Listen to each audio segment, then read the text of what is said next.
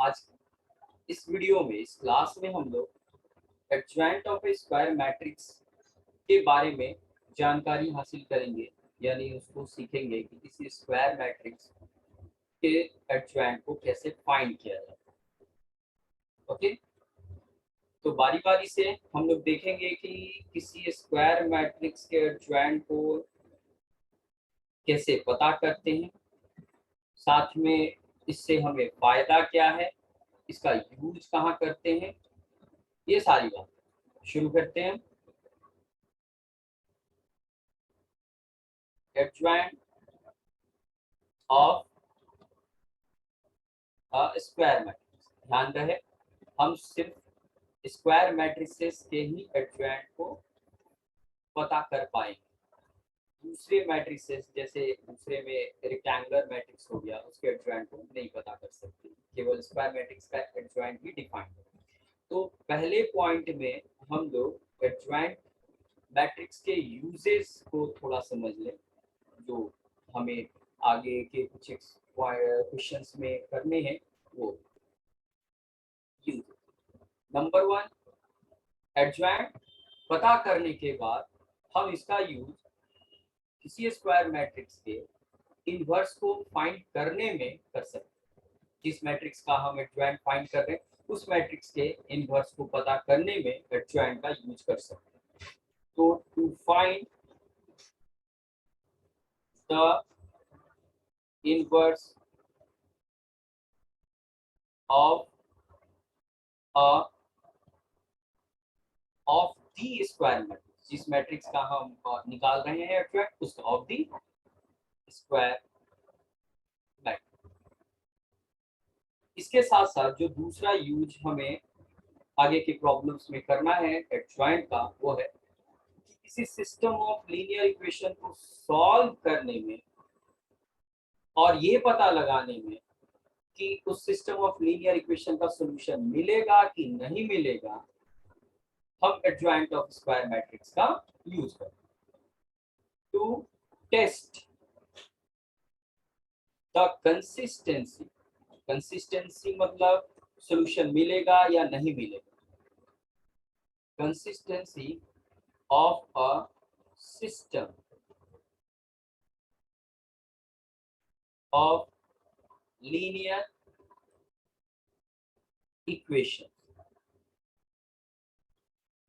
इसके अलावा भी एडजॉइंट का यूज जहाँ होता है वो आगे की क्लासेस में आपको समझ में आ जाएगा, पढ़ने का मौका मिल जाएगा, वहां देख लेंगे।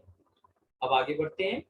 दूसरा, कि जब हम किसी स्क्वायर मैट्रिक्स के एडजॉइंट को पता करेंगे तो उसे पता करने में हमें किन किन बातों को ध्यान में रखना पड़ता है, या किन किन टॉपिक्स की सहायता लेनी है, ये चीज यहाँ हम देखेंगे।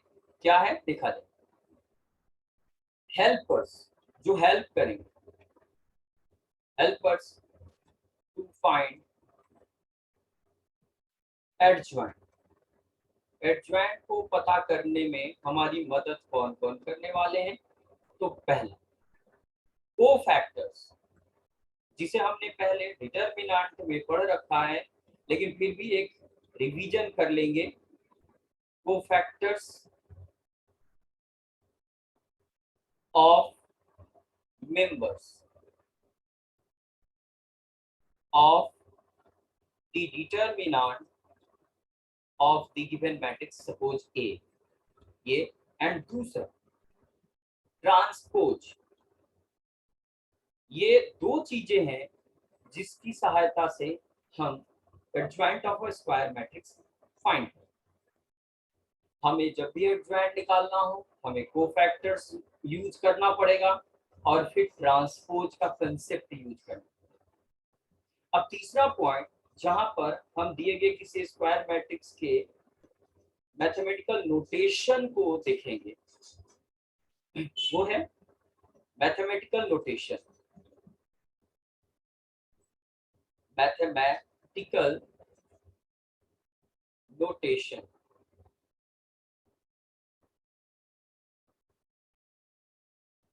अगर हमारे पास कोई स्क्वायर मैट्रिक्स है जिसके इनवर्स को पता करने के लिए कहा जा रहा है, तो उसके एडजॉइंट को कैसे नोटिफाई करते हैं, डिनोट करते हैं, वो देखते हैं।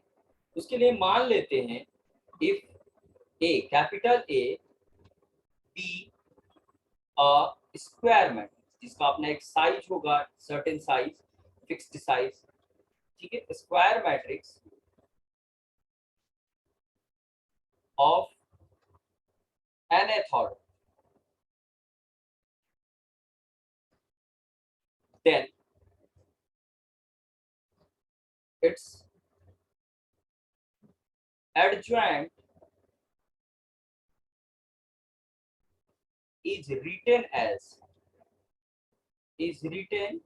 as capital A D J, bracket में वो मैट्रिक्स जिसका एडजॉइंट फाइंड करना है, या स्मॉल ए डी जे और ब्रैकेट में वो मैट्रिक्स जिसका एडजॉइंट फाइंड करना है, या स्मॉल ए डी जे और बिना ब्रैकेट का, ये तीनों में से किसी भी सिंबल का प्रयोग कर सकते हैं। और याद रहे कि किसी स्क्वायर मैट्रिक्स का एडजॉइंट जो हम फाइंड करेंगे उसका साइज वही होता है जो दिए गए मैट्रिक्स का साइज होता है, whose size यानी ऑर्डर इज n, यानी मैट्रिक्स का साइज और उसके एडजॉइंट का साइज सेम होता है। तो मैथमेटिकल नोटेशन हमने देख लिया यहाँ, जिसका यूज करके हम एडजॉइंट ऑफ ए मैट्रिक्स को डिनोट करें। अब आगे कोफैक्टर के बारे में थोड़ा एक रिवीजन ले लें हम लोग, यानी कोफैक्टर फाइंड करने के तरीके को रिवाइज करें। ओके, तो 4 नंबर पॉइंट में हम क्या स्टडी करेंगे, जानेंगे वेज टू फाइंड कोफैक्टर।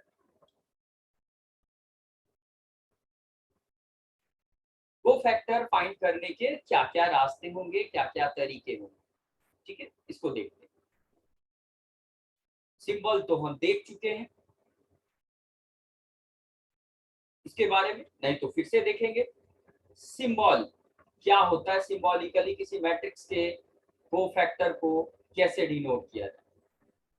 तो पहले से पता है मैट्रिक्स का कोफैक्टर ए आई जे कैपिटल में या सी आई जे ऐसे लिखते हैं और पढ़ते हैं cofactor of the member A I J, member को हम स्मॉल लेटर ए से डिनोट कर रहे हैं यहाँ, और ये ए आई जे जो है वो एड्रेस है, यानी रो और कॉलम का के बारे में बता, ये रहा। इसकी परिभाषा क्या है, डेफिनेशन, जिसकी सहायता से इसको फाइंड करते हैं, डेफिनेशन। तो जब कभी भी हमें कोफैक्टर फाइंड करना हो उसके लिए एक फॉर्मूला का यूज करते हैं, वो ये है। कोफैक्टर फाइंड करने के लिए हम लोगों को माइनर का ही यूज करना पड़ता है, और माइनर हम जानते हैं, अगर ध्यान नहीं है तो हम लोग देख भी लेंगे यहाँ पर। चलिए इस पूरे फॉर्मूला में अलग अलग चीजों के बारे में सीखे और समझे। ये आपका क्या है, कोफैक्टर है, ठीक। ये दूसरा जो फैक्टर है यहाँ राइट साइड में, ये साइन बताता है, साइन, चिन्ह, यानी या तो ये प्लस होगा ऐसा बताएगा या माइनस होगा यह बताएगा, जो डिपेंड करेगा ये ऊपर की क्वांटिटी पर। ये ऊपर जो क्वांटिटी है आई प्लस जे, इस पर डिपेंड करेगा। और कैसे डिपेंड करेगा, तो इस पहचान से कि यह इवन है कि ऑड है, यानी यह जो नंबर है इवन है तो फिर साइन क्या होगा, ऑड है तो फिर साइन क्या होगा, उसके आधार पर डिसाइड करें। और ये जो सिंबल है एम आई जे, ये क्या कहलाता है, माइनर और सब डिटरमिनेंट। जैसे सेट से सब सेट होता है उसी तरह से डिटरमिनेंट से सब डिटरमिनेंट होगा ये, ठीक। एग्जाम्पल देख लेते हैं कि कैसे किसी कोफैक्टर को हम लोग लिखते हैं। पहला एग्जाम्पल, मान लेते हैं हमें पता करना है 2 3, यह कोफैक्टर 2 3, A23 यह कोफैक्टर पता कर। इस फॉर्मूला के अनुसार पहले अगर चले और फिर डायरेक्ट भी निकालना सीखेंगे, ओके। तो इस फॉर्मूला में -1 टू दी पावर i की जगह 2 और j की जगह 3 रख देंगे और माइनर लिखेंगे सेम एड्रेस के साथ। आप देख सकते हो 2 और 3 मिलकर यानी ऐड होकर 5 बनाएंगे।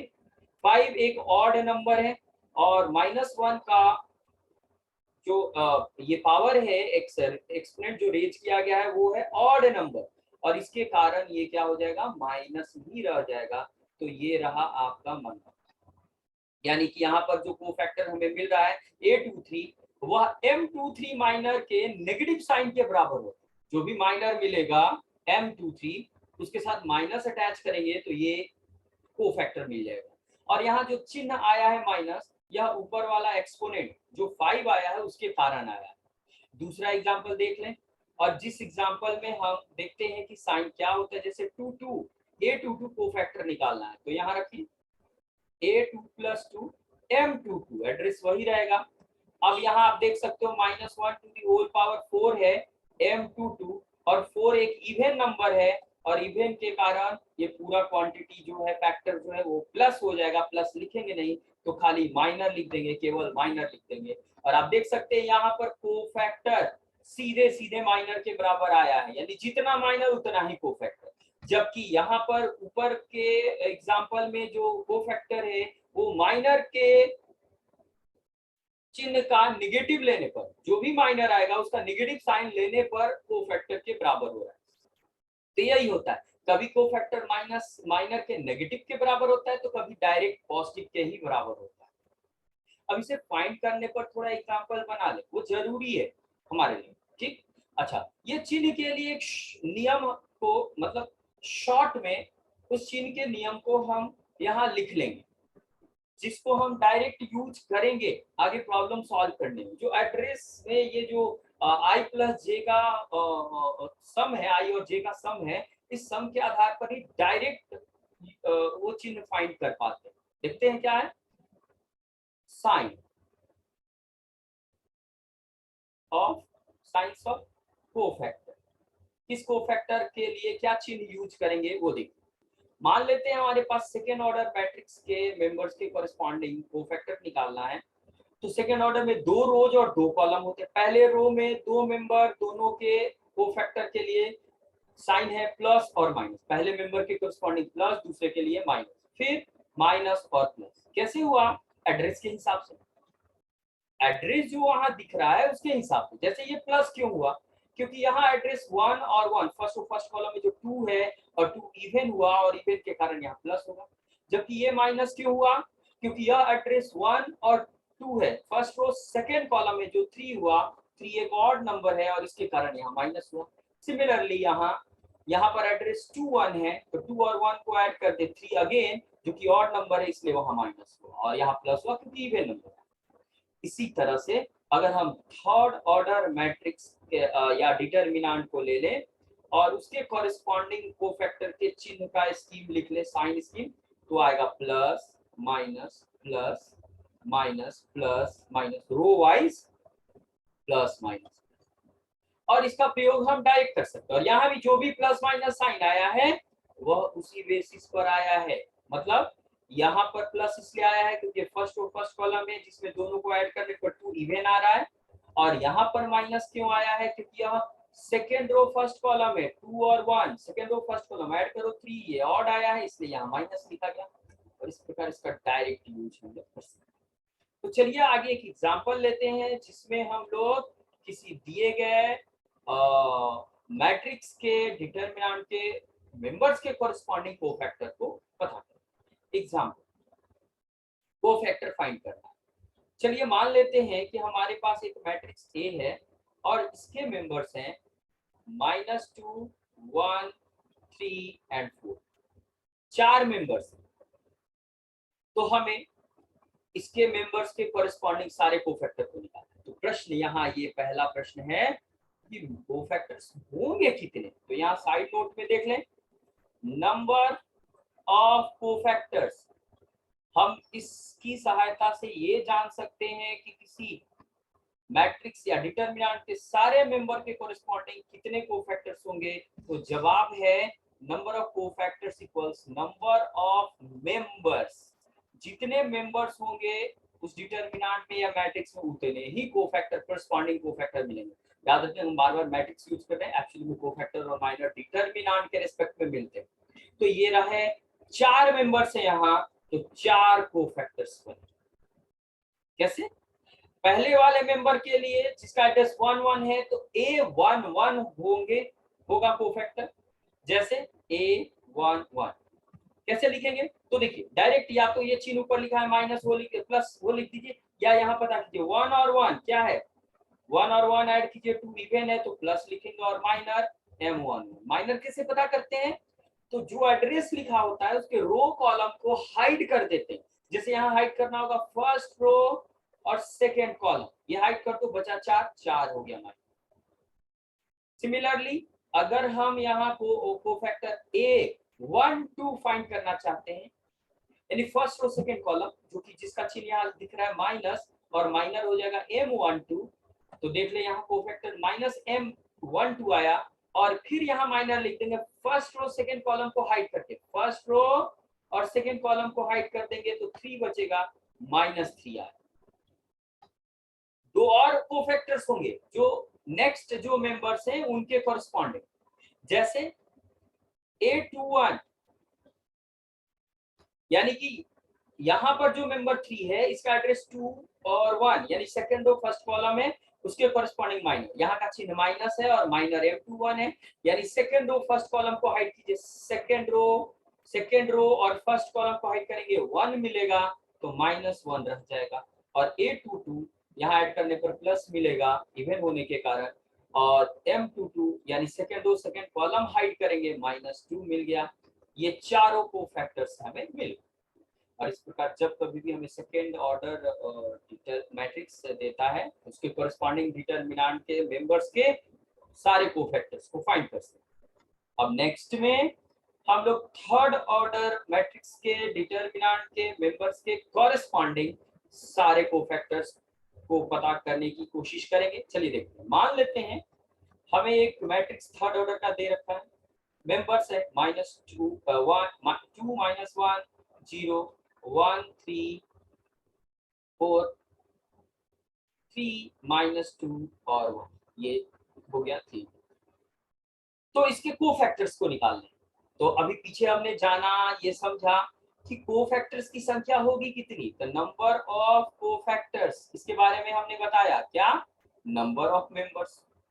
गिन ले जरा, यहाँ कितने मेंबर्स हैं, 9 टोटल मेंबर्स हैं, तो 9 कोफैक्टर्स मिलेंगे।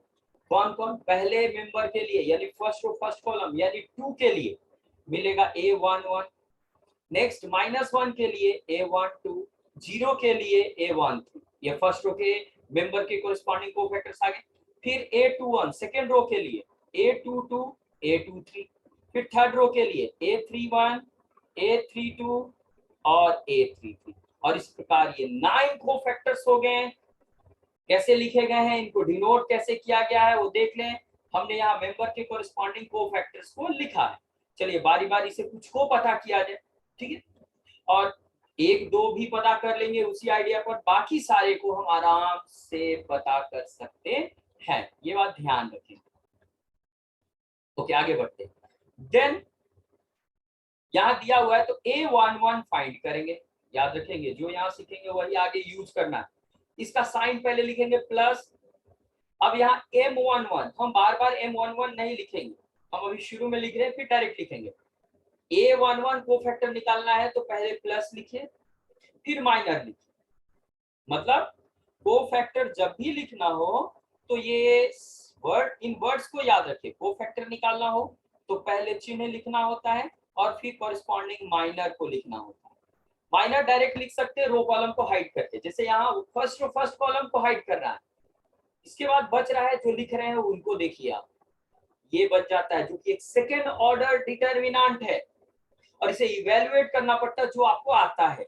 जैसे 3 और 1 को मल्टीप्लाई करेंगे ऐसे क्रॉस 3 1, और फिर -2 और 4 को मल्टीप्लाई करके माइनस कर देंगे, घटा देंगे, -2 और 4 को मल्टीप्लाई कर, पूरी तरह से लिख दिया मैंने, ऐसे ही आप आगे भी करोगे। ये +8 और ये मिला पहला कोफैक्टर 11 जो कि 2 का कोफैक्टर कहलाएगा। 2 का कोफैक्टर, ये पहला मेंबर 2 है, उसका कोफैक्टर ये। अब दूसरा मेंबर मान लो कोफैक्टर A12 पता करना, 1 2 यानी first row second column, first row second column, इस मेंबर के लिए कोफैक्टर चिन्ह 1 और 2 3 होता है, ऑड है, ये हो गया। उसके बाद first row second column hide कर लो, फर्स्ट रो ये पूरा लाइन ऊपर वाला और सेकंड कॉलम बीच वाला लाइन हाइड कर लेंगे तो हमें 1 3 4 और 1, लेफ्ट में 1 3 और राइट में 4 1 मिलेगा।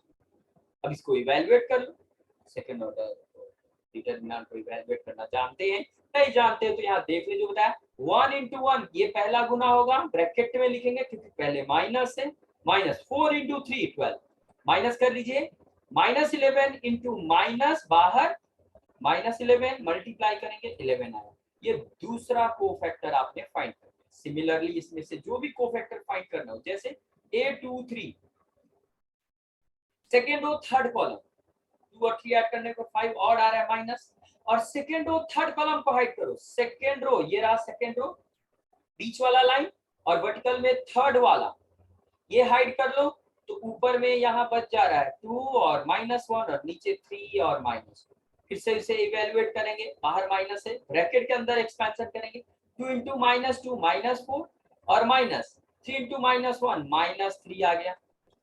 अब ये प्रोडक्ट और वगैरह एडिशन ये सारा ढंग से आना चाहिए आपको, इसमें अब कोई डिफिकल्टी फील नहीं करनी होगी आपको। ये अंदर -1 बच रहा है और माइनस बाहर है, -1 अंदर और मिलकर प्लस, और इस प्रकार से हम दिए गए मैट्रिक्स के डिटरमिनेंट के मेंबर के कॉरेस्पॉन्डिंग कोफैक्टर को फाइंड कर सकते हैं। अब जो भी हमने सीखा है इन्हीं का प्रयोग हमें क्या करने में लगाना है, एडजॉइंट को फाइंड करने में लगाना है। तो नेक्स्ट पेज पर चलते हैं और देखते हैं क्या है finding adjoint of a square matrix. तो सबसे पहले हम आपको ये समझाना चाहेंगे कि वर्किंग आइडिया क्या है, काम करने का तरीका, किस तरह से हम यहाँ काम करेंगे कि हम आराम से मैट्रिक्स के एडजॉइंट को लिख सकते हैं, निकाल सकते हैं। सबसे पहले आपको वो मैट्रिक्स नोट करना होगा जो दिया हुआ रहेगा, ऐसे मान लो ए मैट्रिक्स है, अब ये 2 into 2 साइज हो सकता है, 3 into 3 साइज हो सकता है, दो ही साइज के मैट्रिक्स के एडजॉइंट को फाइंड करना सीखना है आप, ठीक है। तो कोई भी साइज हो यहाँ नोट कर लेंगे, अभी मैंने ब्लैंक छोड़ा है, आप जो भी साइज का होगा ये लिख लेंगे। उसके बाद क्या करेंगे, नेक्स्ट रो में, अगले रो में हम लिखेंगे एक मैट्रिक्स बनाएंगे जो सिर्फ इस मैट्रिक्स के डिटरमिनेंट के मेंबर्स के कोफैक्टर्स से बनेगा, जिसे लिखते हैं let capital C be the matrix of the cofactors of members of determinant, short में लिख रहे हैं, ऑफ ए मैट्रिक्स। जो मैट्रिक्स ऊपर दिया है उसके डिटरमिनेंट के मेंबर्स के कोफैक्टर से बना है, दैट इज हम मानेंगे कैसे कि सी मैट्रिक्स हुआ जो कि कोफैक्टर्स से बना है कुछ ऐसे, और आपको याद होगा जो साइज आपके मैट्रिक्स का होता है वही एडजॉइंट का होता है और यही साइज कोफैक्टर का भी होता है, जैसे पहला कोफैक्टर A11, दूसरा A12 और आगे रहेगा तो आगे, नीचे रहेगा तो नीचे, और इस तरह से हम ये मैट्रिक्स लिख देंगे सिंबॉलिक फॉर्म में। उसके बाद लिखेंगे लाइन क्या, उसके बाद आपको लिखना है लेट वेयर, अब सारे कोफैक्टर को पता कर लेंगे, जिसे पता करने के लिए आपको ऊपर बताया गया है, जैसे A11 A12 ये सब पता कर ले, ये सारे। सो या देयरफॉर हमें सी मैट्रिक्स मिल जाएगा, क्या करेंगे कि ऊपर जो भी A11 A12 निकाला है इन सबको रख देंगे इन जगहों पर, जिससे हमें सी मैट्रिक्स मिल जाएगा, और जैसे ही सी मैट्रिक्स मिलता है हमारा काम फिनिश्ड हो गया। कैसे, तो अब एडजॉइंट मिल चुका है, ठीक है ना, हेंस क्या लिखेंगे, यहाँ सो लिखते रहे। हेंस इस प्रकार हमें एडजॉइंट ऑफ मैट्रिक्स मिल रहा है और क्या होता है वो transpose of matrix.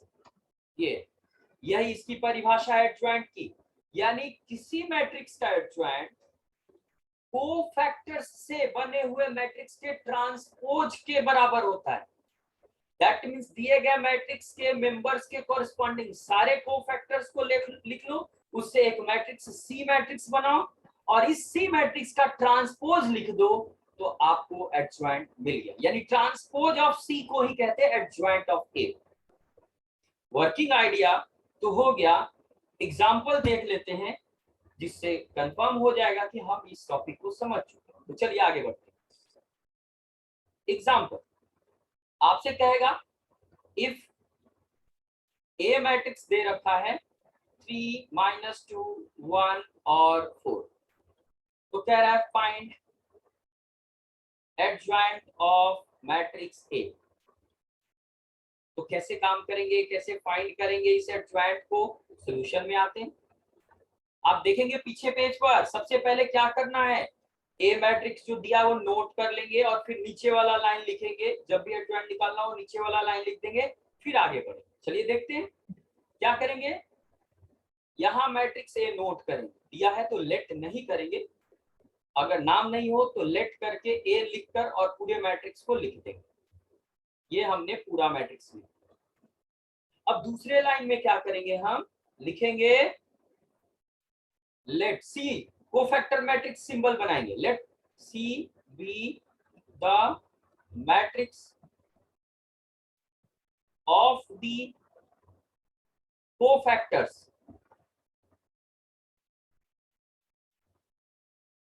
of the members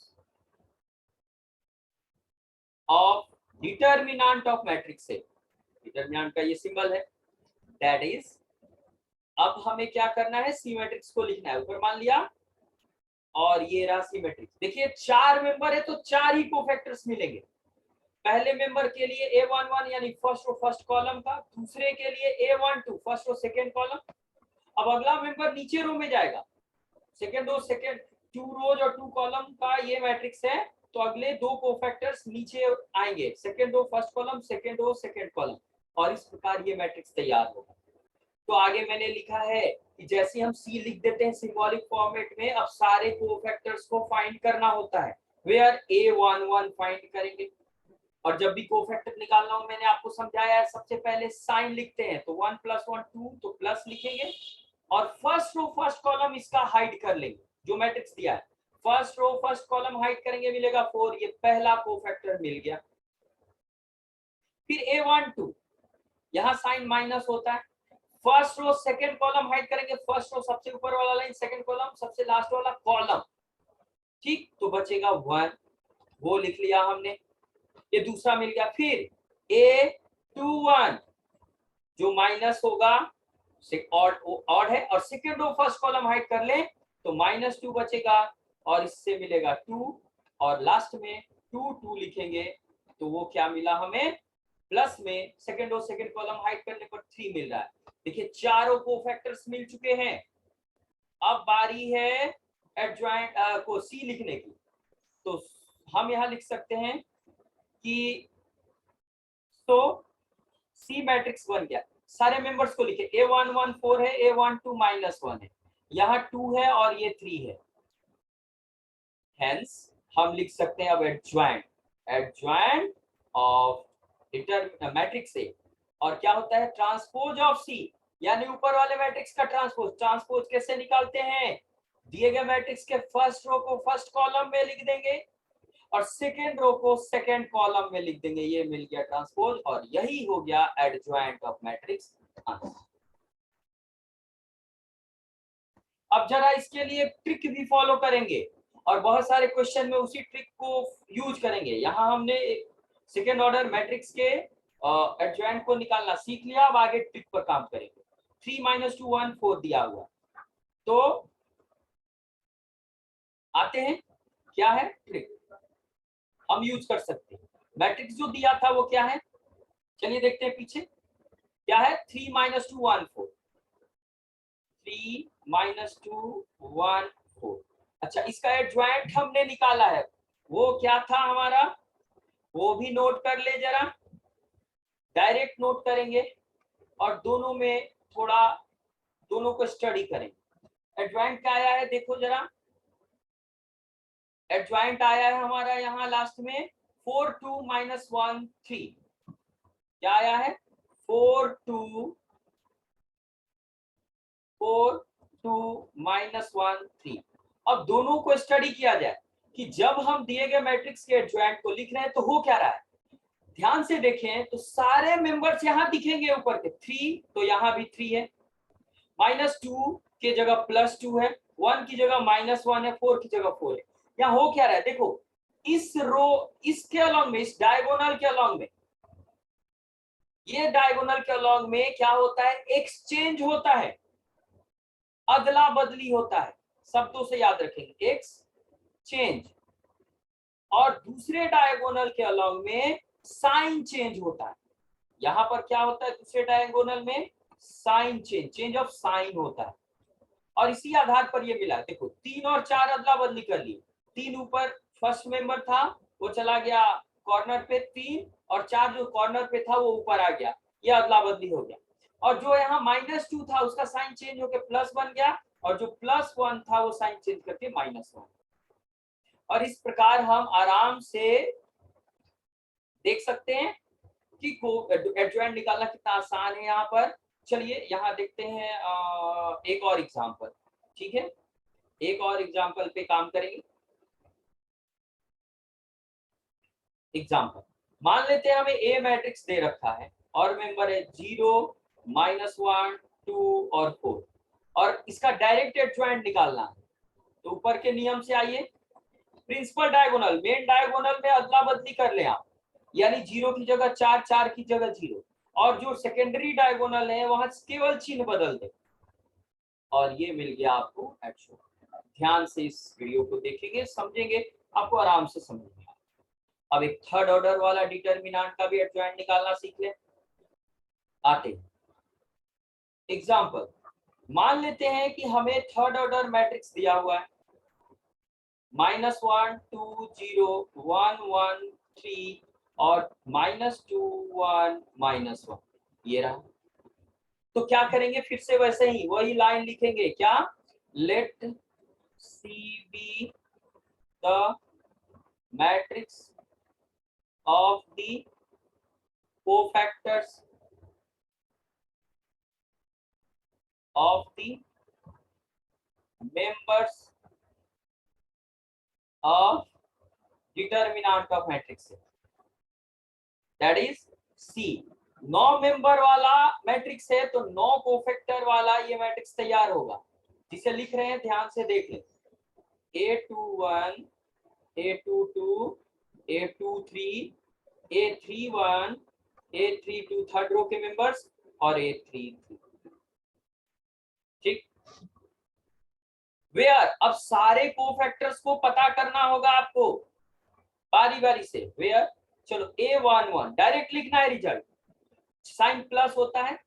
अब first row first column hide करो, first row first column hide करोगे, डायरेक्ट लिखना है, यहाँ याद रखिए रफ पे काम कीजिए, तो बचेगा 1 3 1 -1 क्रॉस गुना -1 -3 -4 आ जाएगा। आप रफ पे चेक करना जरूर हम जो लिख रहे हैं।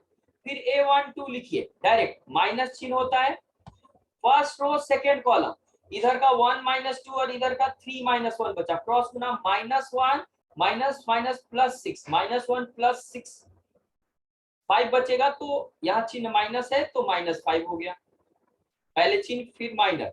फिर A13 चिन्ह प्लस होता है, नहीं लिखेंगे, फर्स्ट रो थर्ड कॉलम बचेगा 1 1 -2 1 क्रॉस गुना 1 1 1 -2 -2 +3 हो जाएगा। फिर A21 साइन माइनस होगा, यहाँ सेकेंड रो फर्स्ट कॉलम, ऊपर 2 0 नीचे 1 -1 गुना क्रॉस करेंगे 2 -1 -2 और 1 0 0, तो माइनस माइनस +2 ये बन जाएगा। फिर A22 second row second column, यानी चारों कॉर्नर के मेंबर क्रॉस गुना -1 +1 और -2 0 0 +1 हो गया। सेकेंड रो थर्ड कॉलम वो क्या होगा, माइनस में सेकेंड रो थर्ड कॉलम ऊपर का -1 2 नीचे -2 1 गुना करेंगे क्रॉस -1 1 -1 और -2 2 -4 हटाएंगे -1 -4 +4 हो जाएगा तो 3 होगा और 3 का यहाँ -3 बन गया। A31 कोफैक्टर निकालने पर काम आपको आना चाहिए, पीछे बताया कैसे निकालना है कोफैक्टर, बस उसी को फॉलो कर रहे हैं डायरेक्ट। 31 का plus sign third row first column अगर हाइड करेंगे तो 2013 क्रॉस गुना करेंगे 6 मिलेगा। A32 चिन्ह माइनस होगा क्योंकि ऑड है यहाँ, और थर्ड रो सेकंड कॉलम -1 3 -3 तो माइनस माइनस +3 और मिल गया A33 लास्ट वाला थर्ड रो थर्ड कॉलम -1 -2 -3। ये सारे कोफैक्टर्स हमें मिल चुके हैं। अब बारी है सी मैट्रिक्स लिखने की। ये देन हम लिख सकते हैं क्या, सी मैट्रिक्स मिला। सारे पहले रो में कोफैक्टर्स को लिखिए -4 -5 3, दूसरे रो के कोफैक्टर्स 2 1 -3, तीसरे रो के कोफैक्टर्स 6 3 -3। तो इसलिए अब हमें एडजॉइंट मिल चुका है क्योंकि एडजॉइंट का फॉर्मूला हम जानते हैं ट्रांसपोज ऑफ सी। और सी का ट्रांसपोज कैसे लिखते हैं, फर्स्ट रो को फर्स्ट कॉलम में लिख दें, सेकेंड रो को सेकेंड कॉलम में लिख दें और थर्ड रो को थर्ड कॉलम में लिख दें, और इस प्रकार आप आराम से एडजॉइंट निकाल सकते। फिर से समझना है, ध्यान से इसको देखें, कोफैक्टर पर प्रैक्टिस कर लें और आराम से cofactor adjoint of matrix of second order और थर्ड ऑर्डर मिल जाएगा। ठीक है, तो यहाँ पर आज के लिए इतना ही। अभी क्या है कि वीडियोस YouTube पर जरूर देखिएगा, हम उस पर अपलोड करेंगे। ठीक है, OMG मैथ्स क्लासेस, और सब्सक्राइब किए ही होंगे, लाइक जरूर कर देंगे, घंटी जरूर बजा देंगे। Thank you. ओके।